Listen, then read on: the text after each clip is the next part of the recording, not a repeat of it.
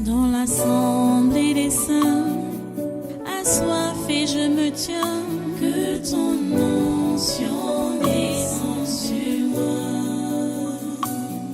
Conscient que mon destin est dans le creux de ta main, que ton onction descende sur moi. Je suis disposé, assoiffé, que ton onction descende sur moi. Je suis disposé, assoiffé, que ton onction descende sur moi.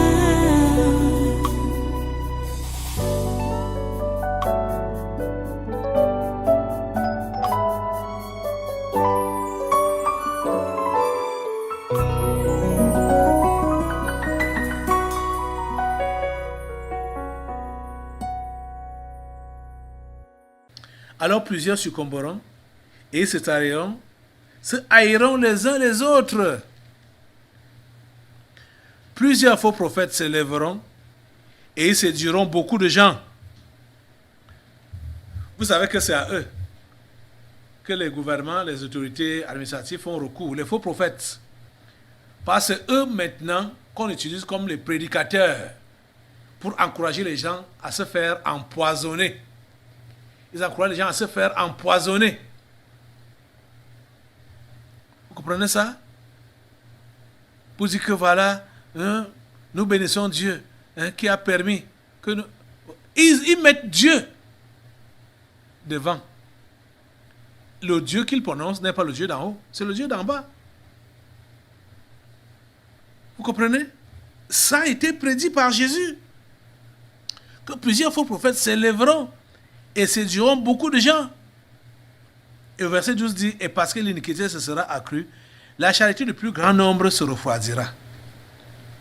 Vous voyez? L'amour du plus grand nombre se refroidira. Pourquoi? Parce que l'iniquité est accrue. Le péché a abondé. Donc, c'est pourquoi tu ne dois pas être surpris de voir que celui ou celle que tu croyais être ton frère ou ta soeur en Christ a un comportement bizarre vis-à-vis de toi. C'est parce que c'est le péché qu'il emporte sur lui ou sur elle. Il ne peut plus connaître l'amour, la charité. Il ne peut plus connaître cela. Tu comprends? Et au verset 13, Jésus dit, mais celui qui persévérera jusqu'à la fin sera sauvé.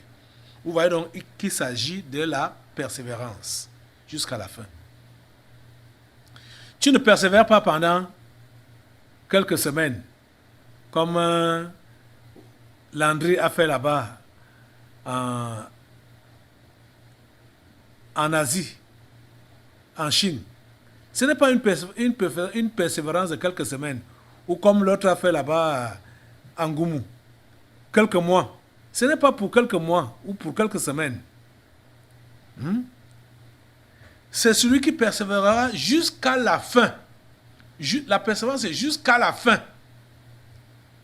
Il faut persévérer jusqu'à la fin. J'interpelle encore, une fois de plus, notre frère René, de persévérer jusqu'à la fin. Je sais, tu as laissé ta famille ici au Cameroun, ta femme et tes enfants. Je sais que quand elle a appris l'interpellation, la demande d'explication, elle est dans les états. Mais ça ne doit pas vous effrayer. Ça ne doit pas vous effrayer. Restez confiants au Seigneur. Persévérez jusqu'à la fin. Persévérez jusqu'à la fin. Mais celui qui persévérera jusqu'à la fin sera sauvé. C'est le salut dont vous avez besoin. Tu t'attendais à quoi quand tu as dit que tu donnes ta vie à Jésus? Si tu t'attends au salut, si tu as donné ta vie à Jésus pour être sauvé, comprends que ça ne va pas se passer facilement. Ça ne se passe pas facilement. Tu comprends? tu dois passer par des épreuves. Et le temps dans lequel nous sommes est le temps de l'apogée. L'apogée de ces persécutions, de cette souffrance à laquelle nous sommes confrontés. Et écoutez donc ce que Jésus a dit au verset 14. Cette bonne nouvelle du royaume sera prêchée dans le monde entier pour servir de témoignage à toutes les nations. Alors viendra la fin. Cette bonne nouvelle, vous comprenez pourquoi la fin ne peut pas venir maintenant. Et même toi-même, à qui Dieu a donné le message du témoignage de sa seigneurie, tu ne pourras pas partir sans avoir accompli ta mission. C'est impossible. Tu ne peux pas partir sans avoir accompli ta mission. Il faut d'abord que tu accomplisses ta mission. C'est comme ça que Dieu fait. Quand il nous appelle, quand il nous choisit, il nous confie une mission, nous allons connaître les tribulations pendant notre travail. Mais on ne peut pas partir avant d'avoir accompli notre mission. Jésus a dit que c'est dans ce contexte de persécution, dans ce contexte d'opposition, de haine farouche du monde entier contre nous à cause de notre foi en lui, c'est dans ce contexte que l'évangile va atteindre les bouts du monde. C'est dans ce contexte que l'évangile va atteindre les bouts du monde. Dans ce contexte. Et vous êtes en train de le constater. Avant d'avoir ou de vivre ce qui se passe depuis près de 2 ans aujourd'hui, où les tyrans ont décidé de tout paralyser, donc de bloquer l'évangile. C'est vrai, Dieu a commencé nous a ouvert la porte par le moyen de la radio pour que nous puissions avoir une radio sur le net qui passe 24 heures sur 24. On était suivis déjà partout dans le monde sur Fête Radio. Et on était en train de planifier également faire les directs sur YouTube. C'est pendant ce temps-là qu'ils sont venus fermer notre église, donc empêcher donc nous empêcher de nous rassembler, de nous réunir. Mais dans cette persécution et dans cet empêchement, pour que l'évangile soit prêché, c'est là que Dieu a permis que notre cellule de communication puisse se débrouiller à nous connecter au monde. Bizarrement, dans la persécution, c'est là maintenant que nous pouvons être capables de prêcher, non seulement à vous ici présents, mais à d'autres, à vous autres qui êtes là-bas, dans le monde, partout dans le monde, dans le contexte de la persécution. C'est là qu'on peut se voir avec ceux qui sont loin, vous qui êtes loin, on peut se voir face à face, vous parler, c'est-à-dire converser avec vous, dialoguer avec vous, prier avec vous, dans ce contexte. Vous voyez? C'est pour confirmer ce que Jésus a dit dans ce verset 14, que cette bonne nouvelle du royaume sera prêchée dans le monde entier pour servir de témoignage à toutes les nations. C'est ça qui se passe. On est dans le contexte. On est réellement dans le contexte. Et la bonne nouvelle est en train d'être prêchée dans le monde entier, dans ce contexte. Dans le contexte de la persécution, du refus, du rejet de l'évangile et du nom de Jésus. Mais c'est là qu'il permet que, même comme ici présent, ou présentement, on est dans des conditions précaires, des conditions inhumaines. Quand il pleut, vous savez que ce n'est pas agréable. Avec la pluie, faisant les cultes dans cette atmosphère, dans ce contexte. C'est pas aisé. C'est pas aisé. Mais Dieu a permis qu'on passe par là. Dieu permet qu'on passe par là. Que l'évangile qui doit atteindre le monde entier passe dans ce contexte. C'est des gens qui se convertissent dans ce contexte, qui savent ce qu'ils font. Vous êtes venu à l'église parce que vous vouliez la guérison, vous vouliez le travail, vous vouliez quelque chose. Bon, l'évangile vous a surpris. Le style, ça vous a surpris. Bon, vous êtes resté là en attendant votre guérison, mais je vous dis que les attentes que vous aviez là, vous devez barrer ça. Et vous attendre maintenant. Comme vous avez dit que vous avez cru en Jésus, vous attendre donc à la maltraitance, aux persécutions, au rejet, à la haine des païens, du monde, contre votre personne. Pourquoi? Parce que vous avez donné votre vie à Jésus. Parce que vous croyez en lui et que vous témoignez pour lui. Vous vous positionnez pour lui. Tu comprends ça? Vous comprenez? Car cette bonne nouvelle du royaume sera prêchée dans le monde entier pour servir de témoignage à toutes les nations. À toutes les nations. Dans ce contexte, le contexte de la persécution. Là où plusieurs succombent, plusieurs se trahissent, plusieurs se haïssent les uns les autres. Là où les faux prophètes sont en train d'encourager d'encourager les gens à mourir en disant oh mon Dieu. Et ce n'est même pas tout, hein. Verset 15, il dit, c'est pourquoi lorsque vous verrez l'abomination de la désolation dont a parlé le prophète Daniel, établi en lieu saint, que celui qui lit fasse attention. L'abomination de la désolation, c'est quoi? C'est leur histoire de transhumanisme. C'est leur histoire de mariage pour tous. C'est leur histoire du satanisme universel. C'est l'histoire de la dépravation. Vous comprenez? La dépravation des mœurs. C'est de ça qu'il est question. C'est pourquoi lorsque vous verrez l'abomination de la désolation dont a parlé le prophète Daniel, établie en lieu saint, vous savez comment ça a fait écho. C'est derniers temps quand le pape a soutenu les mariages gays. Vous voyez? Et tout à l'heure, là, nous avons prié contre cette rencontre qu'ils auront le 23, là-bas à Rome, au Vatican, pour la promotion et l'apologie du transhumanisme. C'est de ça que Jésus-Christ parlait ici. C'est de ça qu'il parlait ici.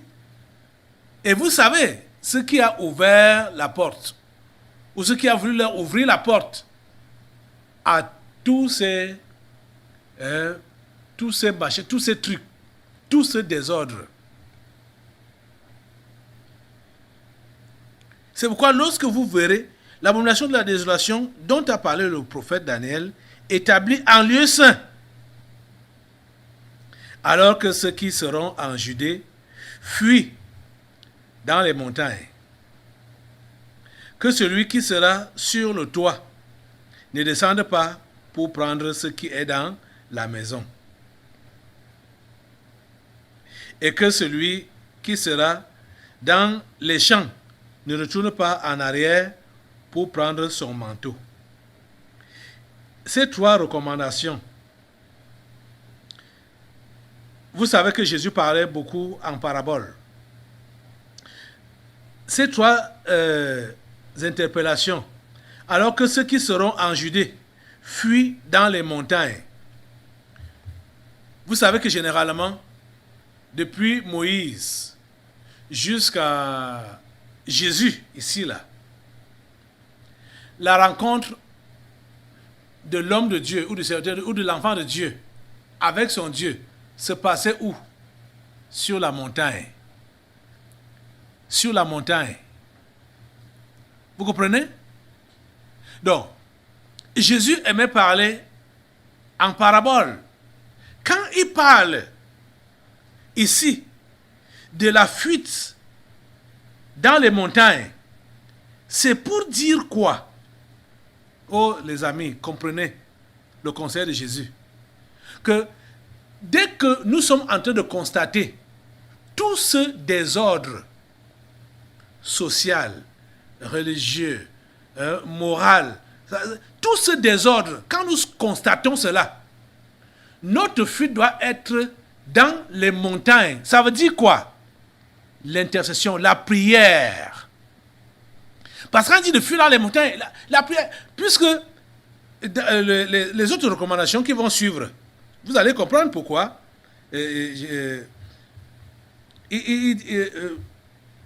Au verset 17, par exemple, il dit que celui qui sera sur le toit ne descende pas pour prendre quelque chose dans sa maison. Ah. Comment est-ce qu'il peut recommander à ceux qui sont en Judée de fuir dans les montagnes? Et pourtant, celui qui est sur le toit, qui ne descende pas, il dit à celui qui est sur le toit de ne pas descendre.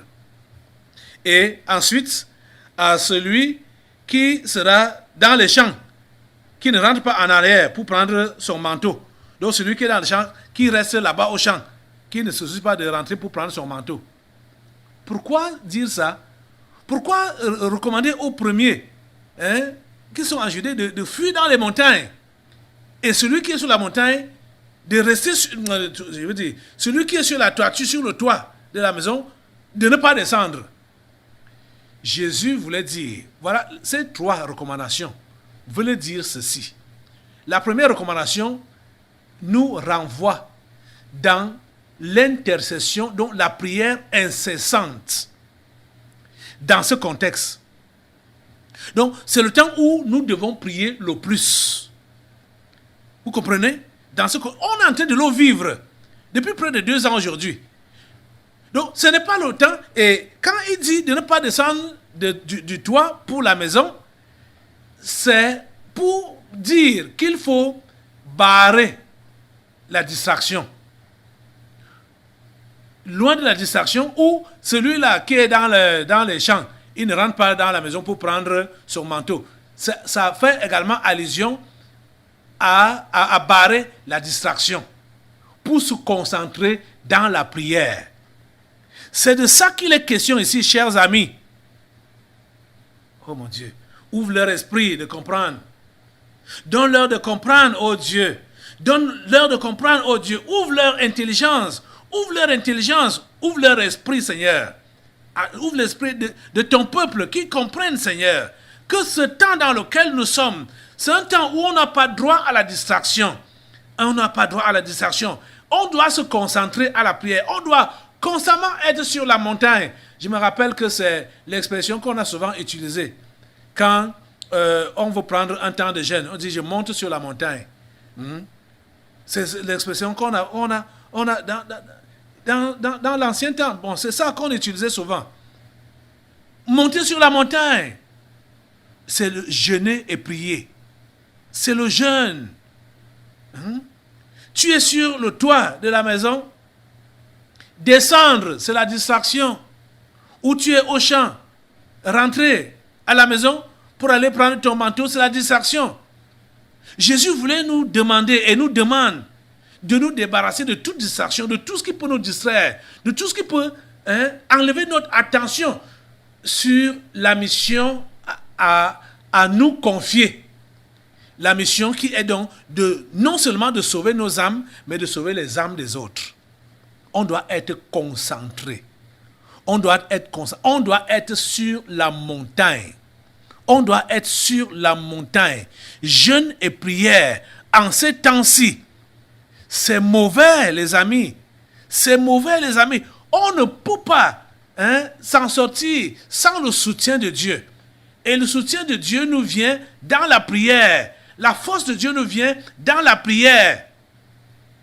Je vous dis que c'est la prière qui est le soutien. Tout le monde doit se verser dans la prière. Vous comprenez ça? Je dis tout le monde doit se verser dans la prière. Et tu vois que si déjà seul tu ne peux pas t'en sortir. Il y a la chaîne de prière ici à l'église. Tous les jours, tout le monde doit se verser dans la prière. Tout le monde doit être impliqué. C'est la première recommandation que Jésus a donnée. Que ceux qui sont en Judée, ils fuient dans les montagnes. Allez sur la montagne. C'est le jeûne et prière. Jeûne et prière. Jeûne et prière. Jeûne et prière. C'est ça qu'il faut faire. Vous comprenez ça? C'est ça qu'il faut faire. Vous devez être... Ça doit être votre respiration. Hein? Mais plusieurs, au lieu d'être dans la prière, ils sont dans les lamentations, les plaintes, hein, les revendications. Oh Seigneur, hein, même ça va s'arrêter quand? Oh Seigneur, mais qu'est-ce qui se passe même? On va où? Hein, qu'est-ce que je vais devenir? Qu'est-ce que hein, mon avenir, l'avenir de mes enfants, hein, ma carrière, hein, mon éducation, mon école, mon ceci, mon cela. Des soucis inutiles, des distractions. Vous êtes attirés par des distractions. Alors que la première recommandation que Jésus a dit que dès que vous allez voir toutes ces choses, hein, dès que vous allez voir toutes ces choses, l'abomination de la désolation, ce n'est pas là pour dire que hey, qu'est-ce que le pape raconte comme ça là? Hey, qu'est-ce que les prêtres catholiques font comme ça là? La pédophilie, c'est pas... C'est se mettre dans la prière. Quand vous voyez la désolation, hein, l'abomination de la désolation, placée dans le lieu saint, donc vous êtes en train de comprendre que c'est le satanisme que ces gens veulent imposer sur la terre. Vous le comprenez ici, au tabernacle de la liberté. Ce n'est pas pour que vous puissiez juste passer dans les commentaires, mais c'est pour que vous puissiez vous mettre dans la prière. C'est la première recommandation. Et barrer tout ce qu'on appelle les distractions. Tu es sur le toit, ne descends pas dans la maison. Tu es au champ, ne rentre pas au village. Donc ne te distrais pas. Ne sois pas... Hein, et vous voyez hein, ce que Jésus dit là, pour vous montrer réellement que il nous interdit la distraction. Que celui qui sera, verset 17, que celui qui sera sur le toit ne descende pas pour prendre ce qui est dans sa maison. C'est quoi? Donc, qu'on ne s'occupe pas de notre intérêt personnel. C'est de ça qu'il est question. Et que celui qui sera dans les champs ne retourne pas en arrière pour prendre son manteau. Le manteau sert à quoi?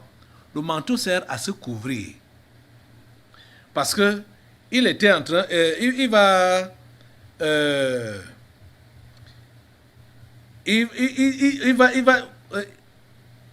dire au verset 20, priez pour que votre fuite n'arrive pas en hiver, ni un jour de sabbat. Pourquoi il parle donc du manteau ici? C'est parce que celui-là veut donc se protéger sa vie. Se couvrir parce qu'il y a froid, il y a le froid. Donc pour ne pas attraper le froid. Donc, protéger sa personne. Le moi. Jésus dit que c'est la distraction. Tu n'as pas besoin de te distraire en voulant préserver ta vie. Tu n'as pas besoin de te protéger. Vous comprenez ça? Oh Seigneur, ta grâce. Oh Seigneur, ta grâce. Je vais aller un peu plus loin, comme le temps a déjà passé. En parlant donc de son avènement, parce qu'il a d'abord dit, dans ce passage, je veux que vous allez bien relire ça.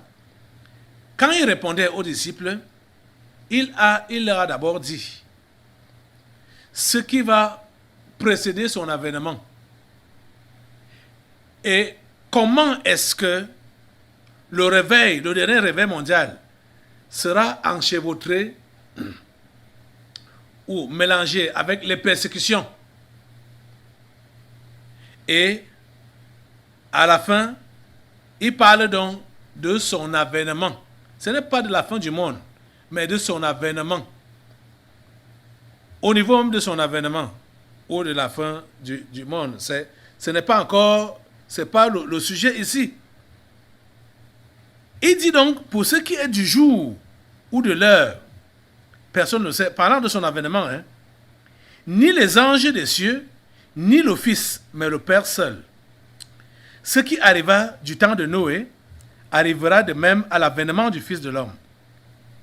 Car dans les jours qui précédèrent le déluge, les hommes mangeaient et buvaient, se mariaient et mariaient leurs enfants jusqu'au jour où Noé entra dans l'arche. Et ils ne se doutaient de rien, jusqu'à ce que le déluge vint et les emporta tous. Il en sera de même à l'avènement du Fils de l'homme. Alors, des deux hommes qui seront dans un champ, l'un sera pris et l'autre laissé. De deux femmes qui moudront à la meule, l'une sera prise et l'autre laissée. Veillez donc, puisque vous ne savez pas quel jour votre Seigneur viendra. Le Seigneur nous appelle à veiller. Il nous appelle d'être en éveil. On ne sait ni le jour, ni l'heure. Mais il est en train de dire que ça va se passer pendant que nous sommes en plein travail. Et on ne sait pas combien de gens vont être sauvés. Et on ne sait pas combien de gens vont être sauvés. Comme nous sommes en train de parler ici, là, je sais une chose, que quelque part, dans un certain coin du monde, il y a quelqu'un ou des gens ou certaines personnes ou certains individus qui ont la révélation que nous avons ici. Je le sais. Et qui sont aussi en train de faire un travail comme celui que nous sommes en train de faire ici. Ça, je le sais. Et Dieu seul sait comment il va faire pour utiliser les uns et les autres pour que ceux qui sont prévus au salut puissent recevoir ce salut-là. Donc, la trompette peut sonner n'importe quand. Ne vous attendez pas que tout le monde entier va être sauvé. Hein, les humains qui peuplent cette planète Terre, les vrais humains là, ils sont peu nombreux. Donc, n'attendez pas que vous allez entendre que, oh, voilà, il y a telle église, il y a des millions de membres, des millions. Ça, c'est la propagande que les faux prophètes ont toujours eu à faire. Mais ce n'est pas ça qui est l'évangile. Et ce n'est pas ça qui doit nous intéresser. Ce qui nous intéresse, c'est cela, c'est la vérité. Et ceux qui sont dans la vérité, toi-même, étant sûr que tu es dans la vérité, et tu proclames l'évangile à quelqu'un, et la personne croit dans la vérité, sachant ce qu'il attend. Parce que ceux qui croient maintenant ne doivent pas, ce n'est pas sur la base de la religion ou des fausses promesses. Ils doivent croire, sachant que la minute qui vient là, ils peuvent mourir. Ils doivent s'attendre à cela. Parce que notre foi, à l'heure actuelle, n'a pas besoin d'être compromise par ce qui se passe là-bas dehors. Vous comprenez? Donc, quelqu'un qui dit donc qu'il croit maintenant, selon les termes de l'évangile qu'on prêche maintenant, cette personne doit croire en vrai, sans réserve, sans avoir de réserve. Vous voyez? C'est pourquoi ceux parmi vous qui avaient encore des réserves, malgré même le fait que j'insiste là-dessus depuis plusieurs séances aujourd'hui, à vous dire, donnez-vous entièrement à Dieu, donnez-vous entièrement à Jésus, sachez ce qui vous attend quand vous vous donnez à lui, comprenez que vous devez vous prononcer pour lui, à prononcer votre appartenance à lui, et votre dissociation avec le satanisme universel. Ça doit être clair. C'est vous, ceux-là qui hésitent. Vous qui hésitez. C'est vous qui dérangez. Parce que vous ne favorisez pas que l'évangile soit prêché comme il se doit. Vous ne favorisez pas le témoignage. Hein? C'est par vous que Dieu veut vous passer. C'est par vous qu'il veut témoigner. C'est par vous qu'il veut sauver. Mais vous êtes en train de bloquer son évangile, son travail, avec votre peur et la préservation de votre vie, de votre aisance, de votre carrière, de votre bonheur, de votre futur, votre avenir. Comprenez aujourd'hui que le contexte dans lequel Jésus disait que le réveil aura lieu, nous sommes déjà dans ce contexte-là. Ce n'est pas un contexte facile. Mais chacun est appelé à se réveiller. Veillez donc. Et chacun est appelé à s'apprêter. Verset 44, il a dit, c'est pourquoi vous aussi, tenez-vous prêts. Tenez-vous prêts. Car le Fils de l'homme viendra à l'heure où vous n'y penserez pas. Tenez-vous prêts. Vous ne devez pas craindre la mort. Vous ne devez pas craindre la souffrance, la persécution. Vous ne devez rien craindre. Vous ne devez rien craindre. Si vous lui appartenez et vous témoignez de sa seigneurie, je parle du Seigneur Jésus, quel que soit ce qui peut vous arriver, ce sera dans sa volonté. Prenez cela avec action de grâce. Prenez cela avec action de grâce. Ne renoncez pas à votre foi. Vous comprenez ça? Ne renoncez pas à votre foi. Soyez ferme. Soyez ferme. Restez en éveil. Tenez-vous prêts. Tenez-vous prêts. Vous avez compris ça? Vous allez vous lever maintenant. Lève-toi maintenant. Pour demander à Dieu de te fortifier.